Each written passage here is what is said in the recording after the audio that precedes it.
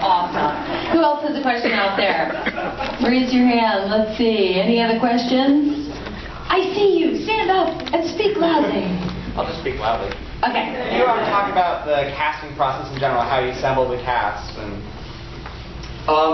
the casting process was long, and we were blessed with a couple of original producers, people who signed on before we had any cast members whatsoever, just based on the movie, kind of gave us our startup money to say, get a casting director, become kind of a legitimate movie, and then we could start going out to actors. And let's see, we attached Amy, which was absolutely fantastic. And we got to her because she and Josh are at the same agency. So it's one of those sort of LA, thank your agent kind of things.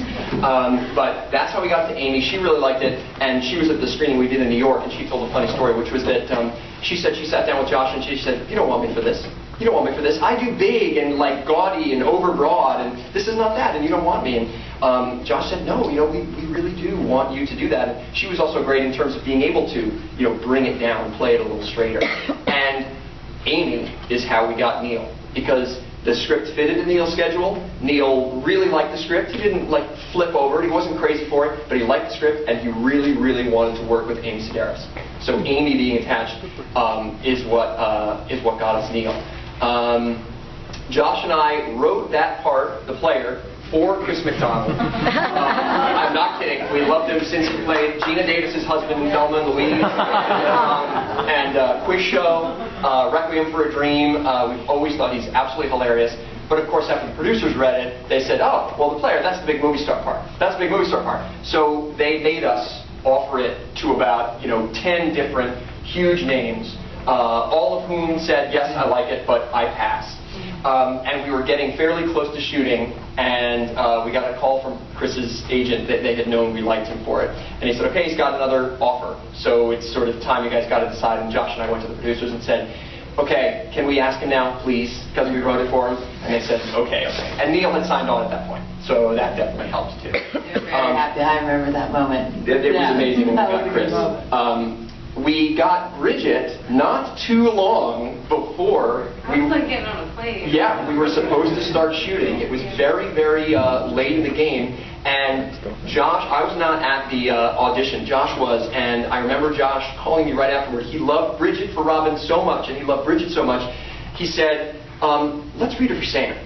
Because we were working on Bonnie at that point, but we hadn't nailed her down yet, and so we read Bridget for Sam, and she killed that too. She's really wonderful. And he said in the other thing the other day, he said, "I just think she's a movie star."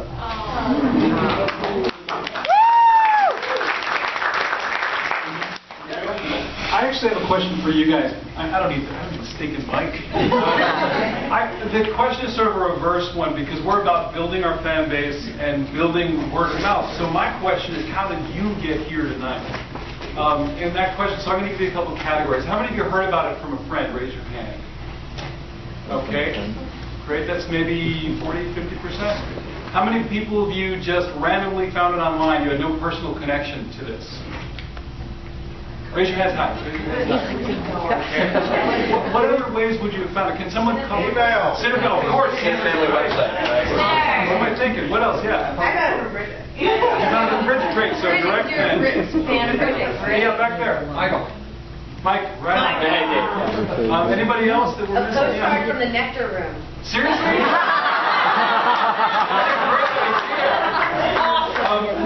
But following up on that, I think we need to underscore the Yale Club. Sure. The Yale Club. The Yale Club. Yale Club, right? Yeah. They promoted it. Very nice.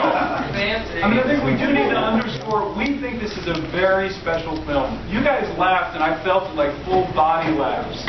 Cheering. There was actually cheering. And even when the characters went through tough emotional times, you were with them. I mean, to me, you see so much crap, honestly, that makes it to mainstream cinema. And we have an opportunity to take a film that's really high quality, that people's hearts are all over, just busting out of. And so what we need from you is, you felt that, and to go out and sort of be, the tapped, the chosen ones, or whatever you want to call yourselves, and really, take heart and join us. I don't mean to. That's a heavy. I just paid this guy. I found this guy outside.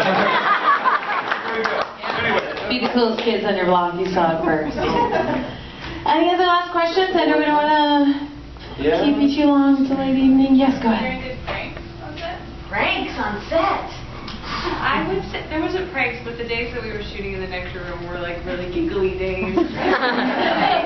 Naked people. Naked. And it was like, you know, there was like 2 categories of extras, like the naked extras and the regular extras. It was pretty funny, but you know, just always do your best to not blush.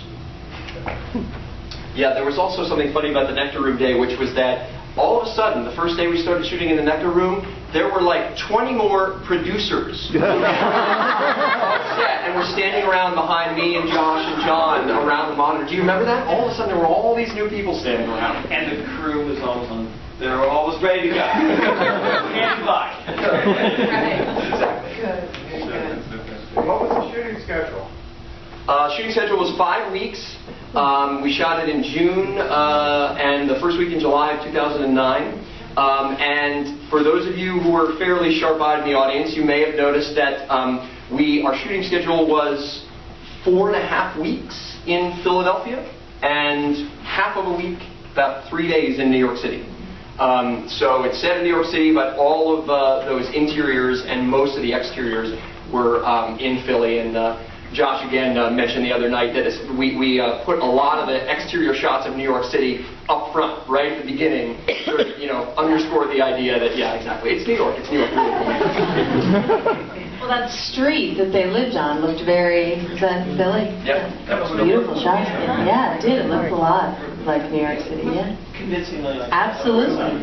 We found this one avenue. Well, Philly. A lot of the film takes place in prep schools, and Philly has incredible architecture. So we shot at Bryn Mawr and other beautiful interiors. But Broad Street, which is one of the main streets, really sold for Fifth Avenue. We felt The scene where Chris is getting into his limo in the rain towards the beginning. Yeah, that's Philly. And the Steadicam shot with Amy, Bad throw, with Amy where they're walking and out. Josh, Yeah, what can you do? Neil walking. That was Broad Street. It wasn't New York.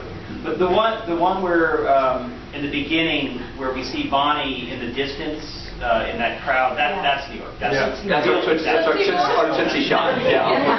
Tootsie shot. Delivering homage, definitely. Yeah, I mean, it's what was cool. So you really haven't seen that movie in a long time, and I remember the first time I saw it, thinking like, oh my God, that shot. I missed that one of those screenings. There was a shot of like a park with the trees from way up. Was that maybe? That was Rittenhouse Square in Philly. Right. The Kate's campaign speech. Oh no, I meant the. No. Oh, the huge. That's really That's from the executive producer's balcony apartment on Fifth Avenue. That opening shot where it says the best and the brightest. almost across from the Met. Yeah. That was just north of about 2 blocks. Yeah, it was such a privilege being up there. Yeah. Anybody else? Are you doing any more of these screenings across the country? Or? Yeah, we're doing more across the country. We're printing up postcards, which we should have had for tonight, but we don't, so I'm sorry I can't hand them out to you to evangelize. But yeah, there's, if you either find us on Facebook or find our website, you can also send it to people. The list of screenings is on the website, on a page on our website with the upcoming screenings. And then the Facebook page, if you like it, the phraseology is so strange, but you'll get sort of the updates when we add screenings and so on. Right now, as I say, we have these ones coming up in Philly.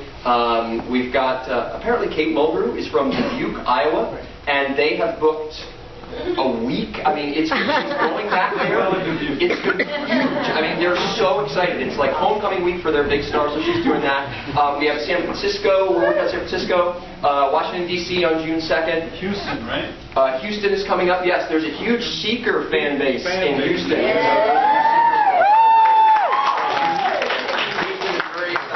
I know they're all down front. I can feel it. I can feel it.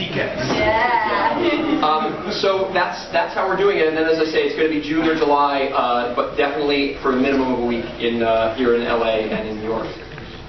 but we want to treat that as a starting point. Yeah. That's right. bestandbrightestmovie.com. Or just Google it. We now have beaten, we're now above the David Halberstam book, which is the best and brightest. And the younger people in the audience are like, there's some book that, like, no, it's not based on that. But yeah, if you Google us or find it on Facebook, we're pretty easy to find.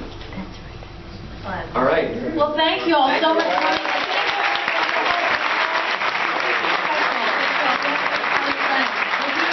That's right. We have a screening tomorrow night. Also Tell here, your friends, not sold out yet. Not Not sold out yet.